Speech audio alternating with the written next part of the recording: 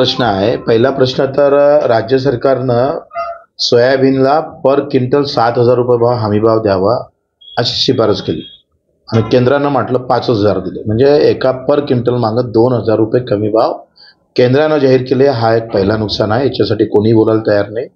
तिसरी गोष्ट अशी आहे का जे खरेदी केल्या गेली ते फक्त 10% झालेली आहे आणि नोंदणी झाली 3 लाख शेतकऱ्यांची आणि प्रत्यक्षात खरेदी झालेली आतापर्यंत फक्त 1 लाखापर्यंत. म्हणजे आपण जर पाहिलं तर ती एकंदरीत खरेदीचा वेग जो आहे तो फारच कमी आहे आणि नोंदणी केलेल्या सगळ्या शेतकऱ्यांच्या तुम्ही खरेदी करणार काय आणि ते किती दिवसात करणार ते स्पष्ट केलं पाहिजे.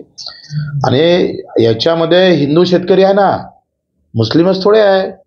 हे सगळे हिंदू 75% हिंदू शेतकरी आहे. मग हिंदू धर्मातील हिंदूंचं सरकार केंद्रात आहे, राज्यात हिंदू धर्माचं सरकार आहे, तर हिंदू शेतकऱ्यांच्या या व्यथा कोण ऐकणार आहे, कोण मांडणार आहे? म्हणजे धर्मावर जातीवर आपण जाल नाही पाहिजे. शेतकऱ्यामध्ये धर्म शोधणं म्हणजे मूर्खपणा आहे, पण तरी सुद्धा तो शोधावं लागतं या राजकीय परिस्थितीमध्ये. म्हणजे दंगलीतच हिंदू मरते किंवा मुस्लिम मरते असं नाही आहे. धोरणामुळं सुद्धा सगळ्या जाती धर्मातले लोक कसे मरतात त्याचं एक मोठं उदाहरण म्हणजे सोयाबीन आहे.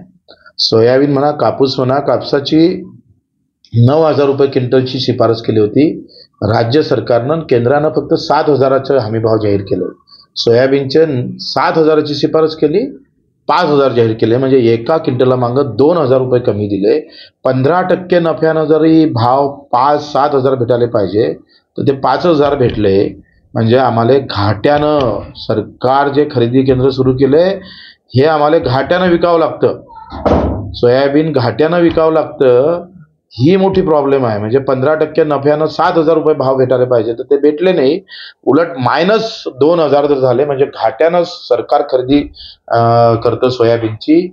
याच्यावरही मला वाटतं आवाज उठवणं गरजेचं आहे आणि त्या सध्या आम्ही थोडी वाट पाहू. आणि आता धर्मावरच राजकारण आलं असेल तर त्या पद्धतीनं समोर जाऊ.